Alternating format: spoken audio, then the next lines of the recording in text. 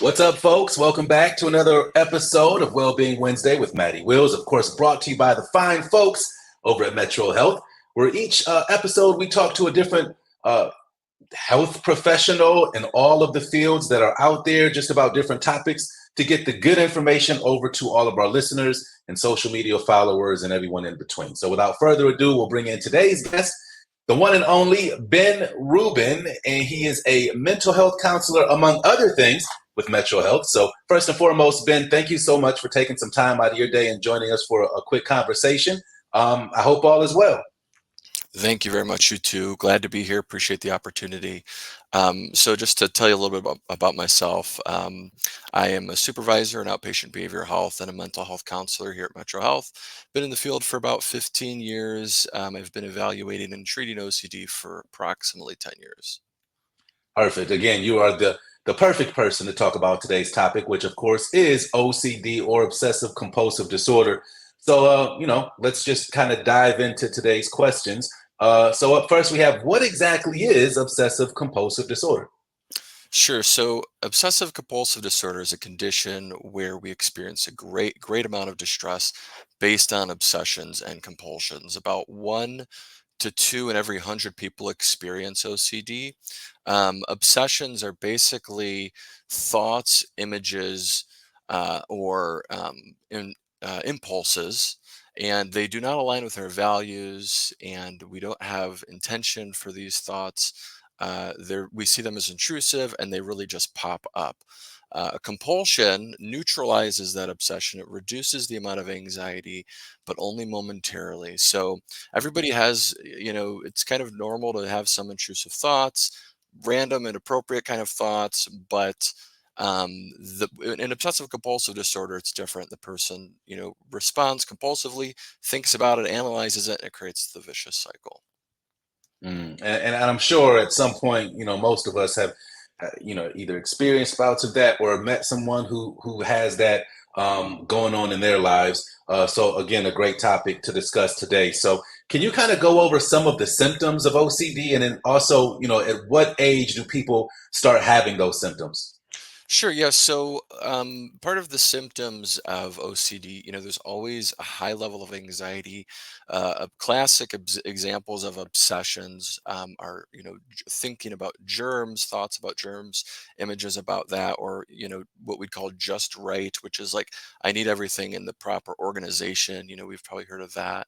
And again, sort of these thoughts and images that are not appropriate, and so compulsion examples is a response to that. So, classic examples of compulsions that we've all heard of is like, hygiene, right? Maybe being clean and organized. Somebody with OCD may wash their hands for 20, 30 minutes at a time. They might spend hours a day organizing, and so it takes up a lot of the time of the day and creates a lot of distress. Regarding age of symptoms, I mean, it really can start anywhere in life. Often it starts early in life. We'll start to see the signs early. Like most common seems to be late childhood through adulthood. Some research indicates that males experience OCD initially before puberty, before the onset of puberty, and females typically will develop OCD a little bit more like into adolescence in the early 20s. Hmm. Got it. And then, the one thing that I thought about it as soon as I knew we were doing this episode on OCD was that image of, at least from my perception, is the organization, right? When people are super particular about certain things. I don't know if that's just because that's what we see in media all the time, or whatever, for whatever reason, I just kind of popped up in my head. Well, no, go ahead. Oh, that's right. That's absolutely right. That's what we think of. That's what we initially think of when it's in the media, but also it's tangible. It's a behavioral, it's a physical action that we see. And I'll get into more a little bit about what there's other what's called thinking Well, compulsions that you can't see. okay, and that all that kind of leads us into the next question about what are common myths about OCD. Yes, so it's very cliche to say I have OCD, right? Like I'm so organized and neat, I have OCD, Right. superstition, right?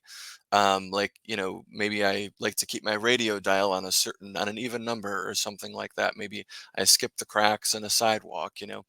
The difference is OCD is much more severe and frequent. Mm. So it's not always hand washing. It's not always lock checking, stove checking, things like that. The classic examples.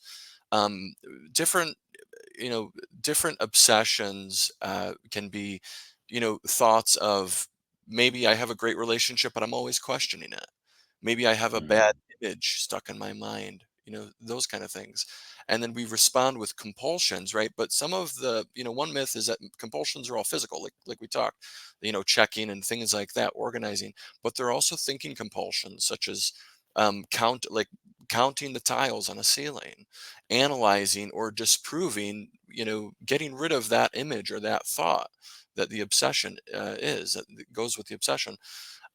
So it's those are some of the myths. Mm. One other that I'll speak on is there's some people talk about what's called pure O obsession, which indicates it's obsession alone without compulsion, and it's a package Mm. deal. When you have an obsession, you have a compulsion.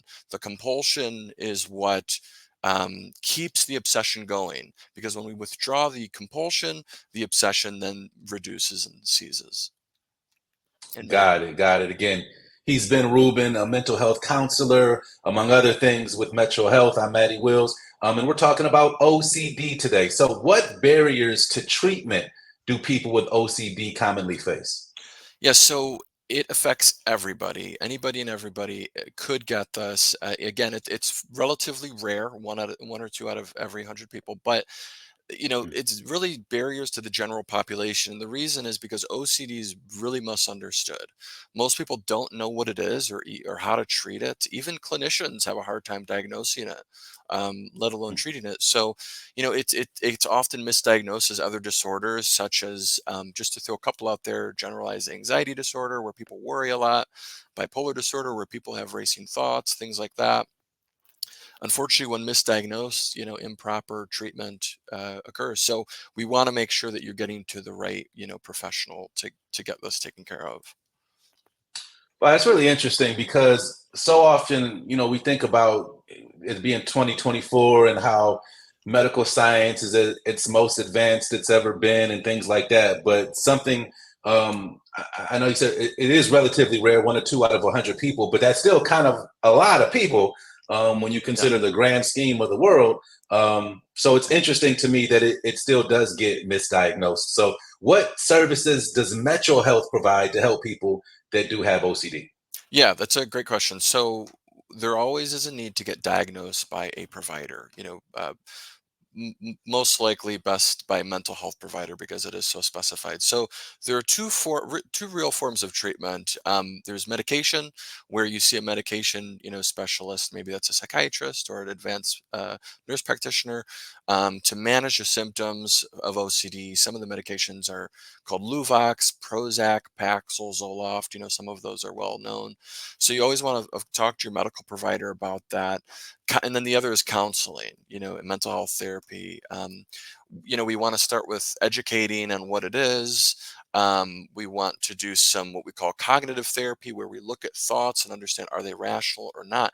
But really, the gold standard treatment is called exposure and response prevention therapy. Hmm. So we can't control the thoughts, the images, the thoughts, and the impulses that come up. We can't control the obsessions. That's the most important thing. But we do have control of the reactions, the compulsions, but it doesn't seem like it, because it creates so much anxiety when we don't perform them. So that is the key. So exposure and response prevention, it talks about, it's really preventing the compulsion. And it allows us to face that obsession, kind of like when we face our fear, right? We talk about exposure therapy. We face our fear, typically reduces. Sometimes you hear the term systematic desensitization thrown out there, and that's just really talking about, hey, we're going to do this. We're going to prevent the compulsion, face some of this fear or phobia on a systematic, relatively slow pace.